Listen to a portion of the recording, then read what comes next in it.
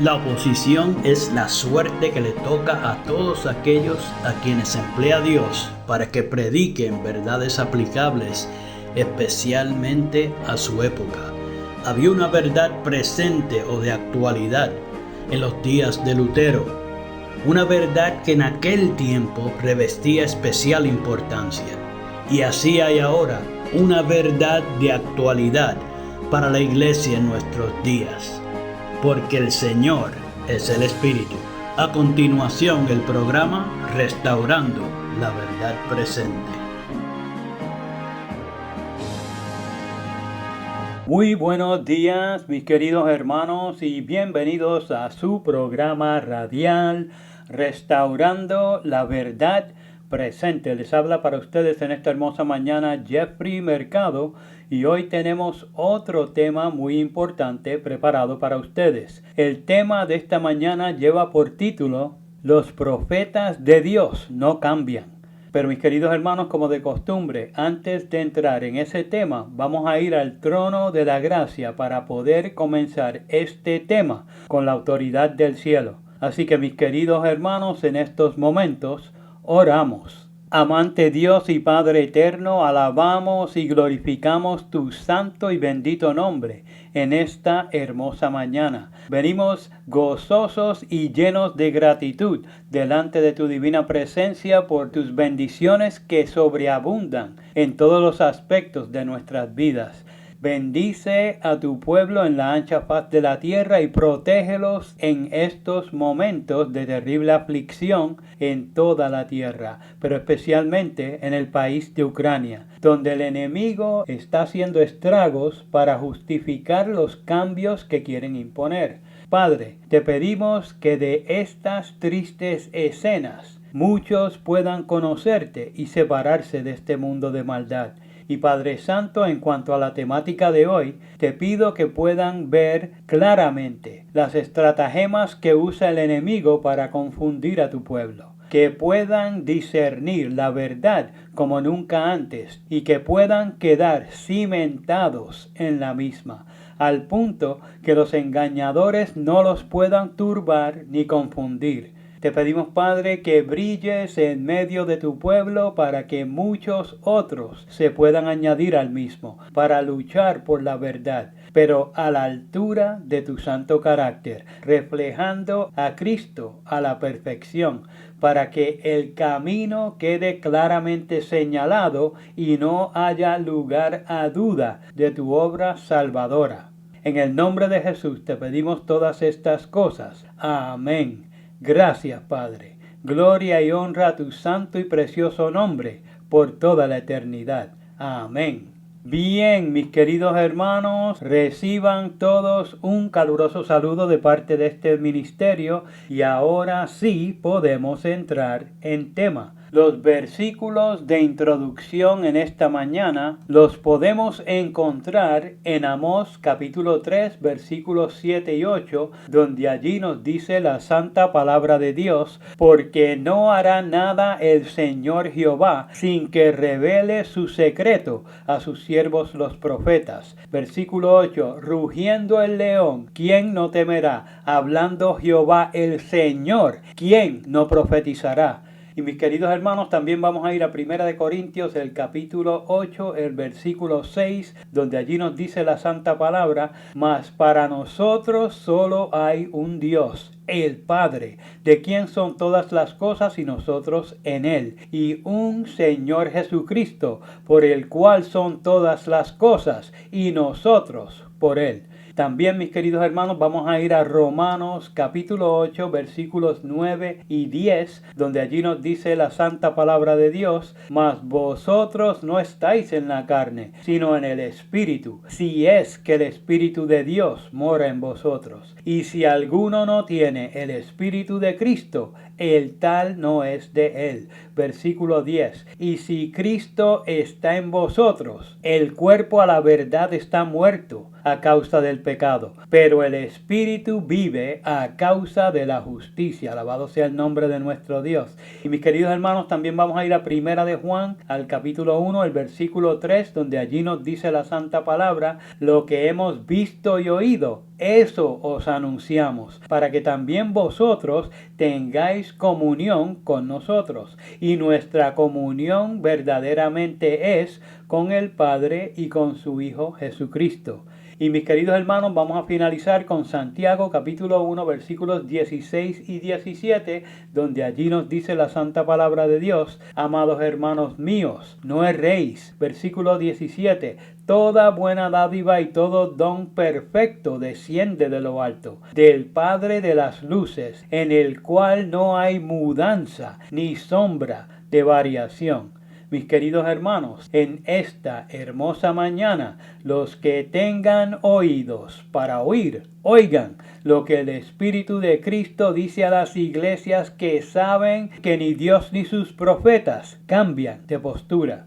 En el programa de hoy vamos a estar presentando la evidencia que ignoran voluntariamente los adventistas trinitarios cuando usan las citas de Elena White, como la que usa la terminología tercera persona de la divinidad o la que usa la terminología el trío celestial para cantar victoria. Y digo para cantar victoria porque cuando estas citas son presentadas ante los hermanos, lo hacen como si estuvieran jugando un juego de ajedrez y estuvieran declarando un jaque mate. Pero la verdad del asunto es que el punto final que ejecutan es el de la razón y el de la lógica del conocimiento verdadero. Al presentar alguna de estas dos citas o las dos citas, lo hacen como su último recurso. Lo que quiere decir es que después de esto no hay más diálogo y no quieren escuchar nada más al respecto. Por lo tanto, cierran las puertas de su corazón pensante para no recibir la verdad, pues se hallan conformes en la mentira y punto. Ellos piensan que no puede haber otra manera de ver las cosas y descansan en esta seguridad falaz. Pero la realidad del asunto es que para comprender lo que expresa la sierva del Señor, ellos deben interpretar sus declaraciones a la luz de sus declaraciones y en el contexto de sus escritos. No pueden hacerlo a la luz de sus propias opiniones basadas meramente en el postulado de la mentira de la Trinidad. Cuando se pone en efecto, en el aspecto correcto, no es difícil comprender lo que Elena nos quiere presentar o el mensaje que nos quiere hacer llegar, al expresarse con esta terminología que generalmente está asociada con la mentira de la Trinidad. Es como si nos estuviera presentando por qué es que algunos son llevados a pensar que son tres diferentes seres, aunque ella siempre ha sostenido el punto de vista de la verdad bíblica, que es a saber que solo son dos, el Padre y su amado Hijo. Ejemplos de esto lo podemos ver hasta en las Sagradas Escrituras. Noten lo siguiente: el apóstol Pablo nos dice en la despedida de su carta registrada en 2 de Corintios, en el capítulo 13, versículo 14, algo muy interesante al escribir: la gracia del Señor Jesucristo y el amor de Dios y la comunión del Espíritu Santo sea con todos vosotros. Amén. Ahora, ¿estaba declarando con esto Pablo que lo habían convencido los trinitarios o que la verdad del Padre y del Hijo realmente no era verdad? Pues por supuesto que no, mis queridos hermanos. No había que hacerle una prueba de dopaje al apóstol para ver qué andaba mal con él. Lo que hay que hacer es analizar sus escritos para entender lo que quiso decir y compararlo con lo que otros escritores bíblicos han dejado registrado en las Sagradas Escrituras. No hay contradicción alguna, solo una comprensión más cabal y más profunda. Pues mis queridos hermanos, en sus escritos nos presenta verdades como lo relatado en 1 de Corintios capítulo 8 versículo 6, donde nos dice: mas para nosotros solo hay un Dios, el Padre, de quien son todas las cosas y nosotros en Él, y un Señor Jesucristo por el cual son todas las cosas y nosotros por Él.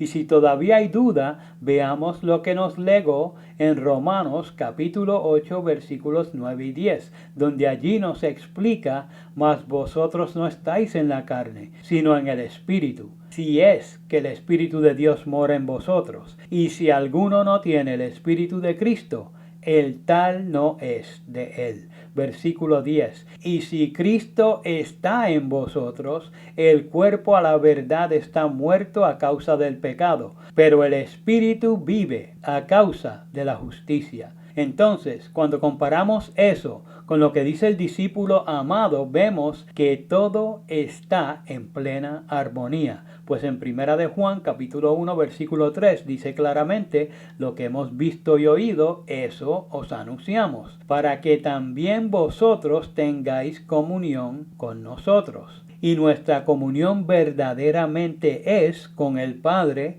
y con su Hijo Jesucristo. Ese ejercicio es el que debemos implementar con las citas de Elena, que pueden aparentar otro contexto al verlas de manera aislada. Como aquí vimos, todo lo que presenta el apóstol está en armonía con la verdad del Padre y del Hijo, y no tiene nada que ver con la mentira de la Trinidad.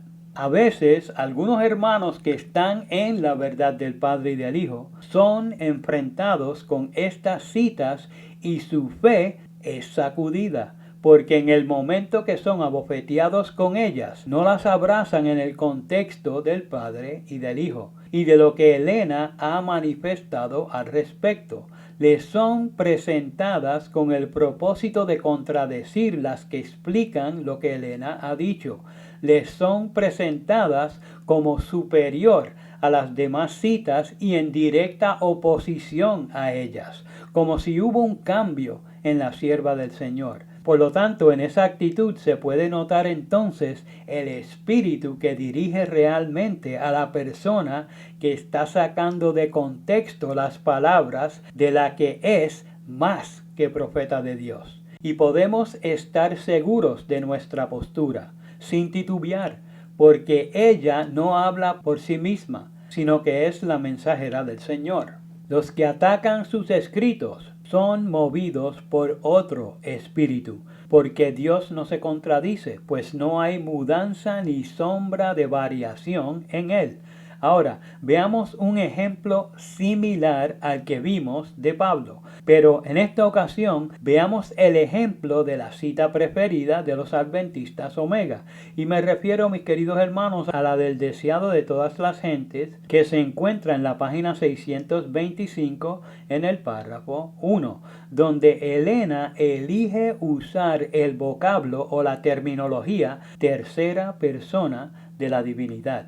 Algunos hermanos en la verdad del Padre y del Hijo dicen: pero ¿por qué hizo eso? Nos pone las cosas difíciles. Pero recuerden, mis queridos hermanos, como Pablo, ella tiene la libertad de expresarse con cierta terminología que ella entiende que sus lectores comprenderán lo que está tratando de decir y a lo mejor sean enriquecidos por esa postura particular. Cuando se examina con citas como las siguientes, todo cae en orden y se puede descifrar lo que está queriendo decir, enriqueciendo nuestra comprensión. Empiecen a atar cabos con estas citas reveladoras. Ella dice: la naturaleza humana del Hijo de María fue cambiada en la naturaleza divina del Hijo de Dios. No. Las dos naturalezas se mezclaron misteriosamente en una sola persona, el hombre Cristo Jesús. En él moraba toda la plenitud de la deidad corporalmente. Cuando Cristo fue crucificado, su naturaleza humana fue la que murió. La deidad no disminuyó ni murió. Esto habría sido imposible. Cristo, el Inmaculado, salvará a cada hijo e hija de Adán que acepte la salvación que se le ofrece, que consienta en convertirse en hijo o hija de Dios. El Salvador ha comprado a la raza caída con su propia sangre. Mis queridos hermanos, esa cita la pueden encontrar en Exaltad a Jesús en la página 70, el párrafo 2.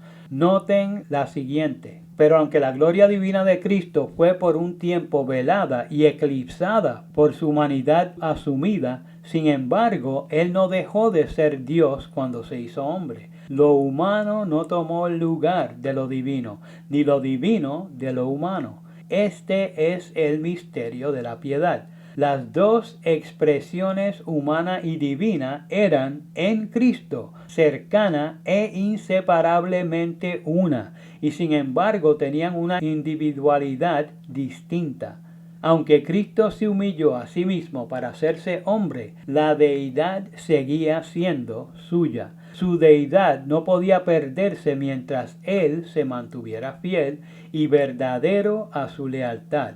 Rodeado de dolor, sufrimiento y contaminación moral, despreciado y rechazado por las personas a quienes les había confiado los oráculos del cielo, Jesús aún podía hablar de sí mismo como el Hijo del Hombre en el cielo. Él estaba listo para tomar una vez más su gloria divina cuando su obra en la tierra hubiera terminado. Y mis queridos hermanos, esa poderosa cita la pueden encontrar en la revista Señales de los Tiempos del 10 de mayo de 1899 en el párrafo 11. Bueno, si empezamos a sumar, está el Padre, número 1, quien es Espíritu. Y ahora comprendemos que Cristo al humanarse tenía dos naturalezas, que sin embargo tenían una individualidad distinta, o sea, más dos. Pero sigamos leyendo lo que nos reveló la sierva del Señor, y ella dijo: estorbado por la humanidad,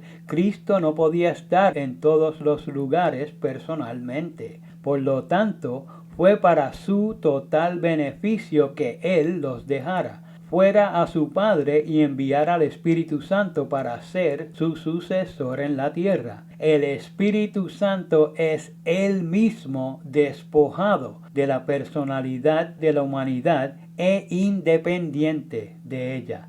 Él se representaría a sí mismo como presente en todos los lugares por su Espíritu Santo, como el omnipresente, mas el Consolador, el Espíritu Santo, a quien el Padre enviará en mi nombre, Él, aunque no sea visto por ti, os enseñará todas las cosas y os recordará todo lo que yo os he dicho. Juan capítulo 14 versículo 26. Mas yo os digo la verdad, os es necesario que yo me vaya, porque si no me fuera, el Consolador no vendría a vosotros, mas si me fuere, os lo enviaré. Juan capítulo 16, versículo 7. Manuscritos Liberados, volumen 14, la página 23, el párrafo 3. ¿Cómo iba a venir en esta particular ocasión? En su divinidad, despojado de la humanidad. Ahí pueden ir viendo la tercera persona. Están empezando a captar la tercera persona de la divinidad, según lo expresado por Elena G. de White. Pues continuemos. Noten lo que nos presenta en el manuscrito 138 cuando dice: bueno, ¿qué es? ¿Por qué Satanás está bajando con gran poder y viene a engañar y a desviar a los mismos elegidos? Y no puedes permitírtelo, no puedes permitirte que te lleven. Quieres esa ayuda que viene de Cristo, habiendo escapado de la corrupción que hay en el mundo a través de la concupiscencia. Debes ser participante de la naturaleza divina. No hay nada más que pueda salvarnos. Cristo viene en su naturaleza divina. O sea, más claro no canta el gallo. Ahí está el tercero. Y aquí está. Cada alma será iluminada de acuerdo con lo que estudie, de acuerdo con lo que le dé a la mente para alimentarse. Mis queridos hermanos, esa cita la pueden encontrar en el manuscrito 138 del 24 de marzo de 1906 en el párrafo 20. ¿Se sigue aclarando el escenario o todavía hay dudas? Comprendiendo lo ya expuesto, veamos la siguiente cita, donde ella dice: el Espíritu Santo, que procede del unigénito Hijo de Dios, une al ser humano, cuerpo, alma y espíritu, con la perfecta naturaleza de Cristo divino humana. Esta unión está representada por la unión de la vid y los sarmientos. El hombre finito está unido con la fortaleza de Cristo. Mediante la fe, la naturaleza humana queda asimilada con la naturaleza de Cristo. En Cristo somos hechos uno con Dios. Mis queridos hermanos, esa cita la pueden encontrar en Mensajes Selectos, el tomo 1, la página 294, el párrafo 2. Ahora, veamos la siguiente cita que a la vez nos va a ayudar con la otra cita caliente de los adventistas trinitarios. Pongan mucha atención a lo que ella viene presentando cuando dice: aquellos que buscan eliminar los viejos hitos no se aferran, no se acuerdan cómo han recibido y escuchado. Aquellos que tratan de traer teorías que eliminarían los pilares de nuestra fe con respecto al santuario o con respecto a la personalidad de Dios o de Cristo, están trabajando como ciegos. Están tratando de traer incertidumbres y poner al pueblo de Dios a la deriva sin un ancla. Esa cita la pueden encontrar en Manuscritos Liberados, el número 760, en la página 9, el párrafo 5. Noten los puntos en controversia que ella señala: el santuario y la personalidad de Dios o de Cristo. En esta última, ella está haciendo alusión a su espíritu. Dios es espíritu y nosotros recibimos a Cristo despojado de su naturaleza humana, o al Cristo divino. ¿Y por qué al Cristo divino? ¿Al Todopoderoso? Porque el poder del mal se había estado fortaleciendo durante siglos y la sumisión de los hombres a este cautiverio satánico era asombrosa. El pecado podía ser resistido y vencido únicamente por la poderosa intervención de la tercera persona de la divinidad. Pausa. ¿A quién se refiere? ¿Al tercer ser desconocido?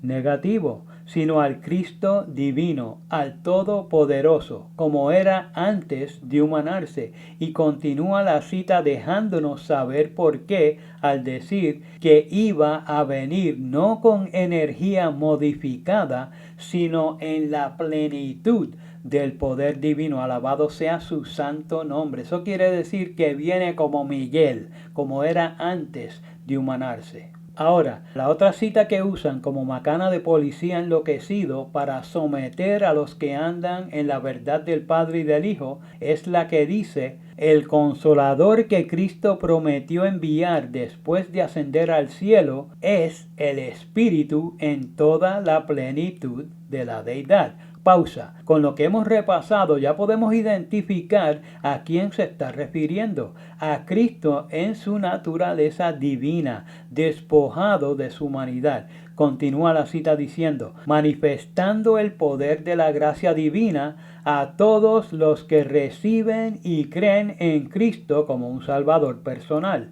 Hay tres personas vivas del trío celestial. En el nombre de estos tres grandes poderes, el Padre, el Hijo y el Espíritu Santo, aquellos que reciben a Cristo por fe viva son bautizados, y estos poderes cooperarán con los obedientes súbditos del cielo en sus esfuerzos por vivir la nueva vida en Cristo. Mis queridos hermanos, esa cita la pueden encontrar en el panfleto Testimonios Especiales de la serie B, el número 7, en la página 63, el párrafo 2. Ahora, es realmente asombroso que tengan la osadía de citar esta porción de este panfleto como si Elena estuviera confesando que ella era trinitaria, cuando el mismo panfleto asegura lo contrario. Por eso les dije al principio que estas personas que presentan estas citas como la evidencia más contundente se separan del uso de la razón y la lógica. Y alguien preguntará: ¿en qué sentido? Pues les comento. Noten, En la iglesia adventista de la época de los pioneros, el panfleto era una herramienta utilizada para cubrir una necesidad específica que no lograban los libros y las revistas o periódicos. Atendían diferentes situaciones que vinieran sucediendo en la iglesia, de todo tipo de aspecto. En los mismos se brindaban instrucciones y se daban advertencias particulares para que la hermandad estuviera percibida. Los preparaban para fortalecer a los diferentes tipos de obreros, pastores, médicos, misioneros y hasta el hermano común, para que andaran en una sola fe. De los panfletos titulados Testimonios Especiales de Elena White hubo dos series, la serie A y la serie B. En la serie A se publicaron 12 panfletos. En la serie B se publicaron 19 panfletos que salieron desde el 1903 hasta el 1913. Por favor, noten la fecha porque les va a dejar saber de qué ella viene hablando. El panfleto número 7 en el capítulo 14, titulado Come Out and Be Separate, o Salgan y estén separados, de donde viene la cita del trío celestial, advertía de lo que venía pasando con el Dr. Kellogg. Recuerden, él aseveraba que Elena se había convertido al trinitarismo, lo cual ella desmintió.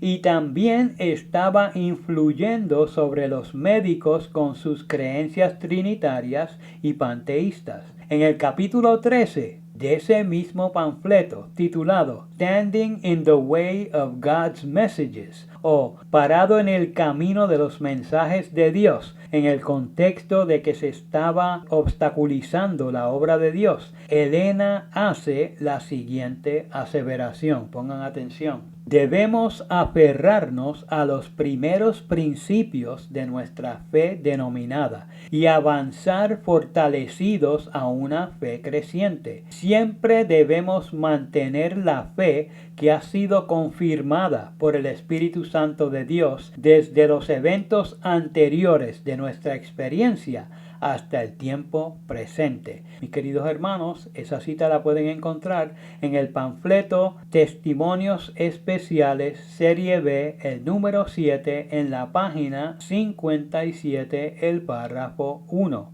Aquí ella señala específicamente el mantenerse en la fe de los pioneros. El asunto en controversia era la personalidad del Padre y del Hijo. Por lo tanto, la necesidad de permanecer en la fe de los pioneros, a la cual ella alude, es la verdad del Padre y del Hijo. No hay de otra. Y el tratar de hacer lo contrario es colocar un obstáculo en el camino de los mensajes de Dios. Es resistir y combatir lo que Él ya ha revelado. Por lo tanto, cuando ella emplea la frase trío celestial, lo hace en el sentido de lo que ella antes ha revelado, no contradiciéndose o tomando una nueva postura, sino para que vieran cómo es que algunos pueden malinterpretar lo revelado como Kellogg y terminar comprendiendo que son tres diferentes seres cuando en realidad se está refiriendo al Padre, al Hijo y al Espíritu Santo, el Cristo divino, despojado de su naturaleza humana, en la plenitud de la divinidad. Alabado sea su santo y precioso nombre. Mis queridos hermanos, traten de leer esos dos capítulos, el 13 y el 14 del panfleto Testimonios Especiales, serie B, el número 7. Por lo menos esos dos capítulos. No tienen que leer el panfleto completo. Obviamente, si quieren hacerlo, les será para su provecho espiritual. Pero con esos dos capítulos van a ver que no hay ningún cambio. Verán que los profetas de Dios no cambian. Verán que no hay controversia y que el propósito de esta tormenta de arena es que no podamos distinguir la verdad principal revelada a los pioneros adventistas. Ellos descendieron a la tumba abrazando esta verdad y Elena no cambió. Ella advirtió antes de morir todo lo que harían para echar la verdad por tierra, para renegar de la fe. Por lo tanto, manténganse en la fe de los pioneros, pues es la pura verdad, la verdad una vez dada a los santos, la verdad que pronto alumbrará a la faz de la tierra. No se dejen confundir por los que hablan confusión y locura, fuera de la razón y la cordura.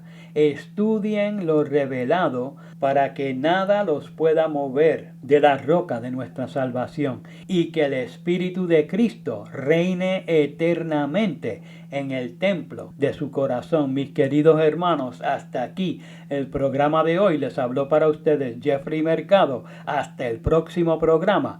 Que Jehová les bendiga. Para copia del programa de hoy, o si quieren apoyar el programa radial Restaurando la Verdad Presente, favor llamar al 787-238-8859, 787-238-8859. Y recuerden, 1 Corintios 8:6, nosotros empero no tenemos más de un Dios, el Padre, del cual son todas las cosas y nosotros en Él, y un Señor Jesucristo, por el cual son todas las cosas y nosotros por Él. Que el Padre de nuestro Señor Jesucristo les bendiga.